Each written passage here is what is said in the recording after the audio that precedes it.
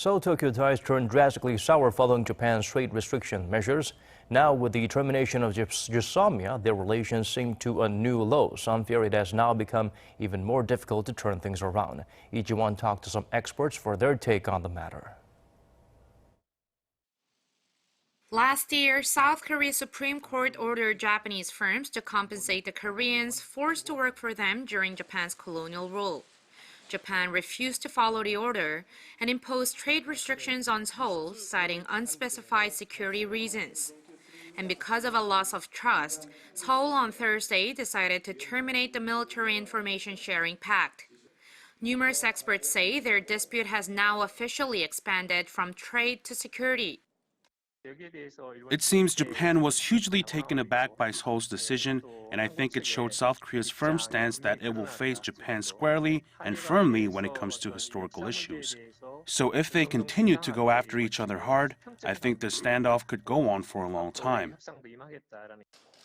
The consensus is that the dispute has become even harder to solve, and the experts differ on what will be the best way. The South Korean government should separate the problems. On the forced labor ruling, Seoul should think more about what it can do, focusing on providing relief to the victims. On the trade restrictions, Seoul should suggest talks in which it not simply asks Japan to lift the curbs, but explains the impact on its economy.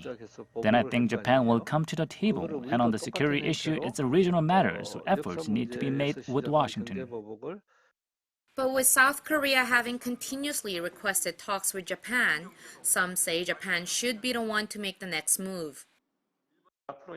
The South Korean government offered to talk with Japan numerous times to find a solution that satisfies them both, but Japan has not been responding to those or any other gestures. It's simply been saying that it or its firms cannot pay a single penny. Logically and ethically, that is not right. The solution is for Tokyo to come to the table with sincerity. Until that happens, Professor Yang says Seoul will have to take more countermeasures, including diplomatic outreach and a possible appeal at the WTO. The latest decision, he said, on the military intel pact was the least Seoul could do in that sense.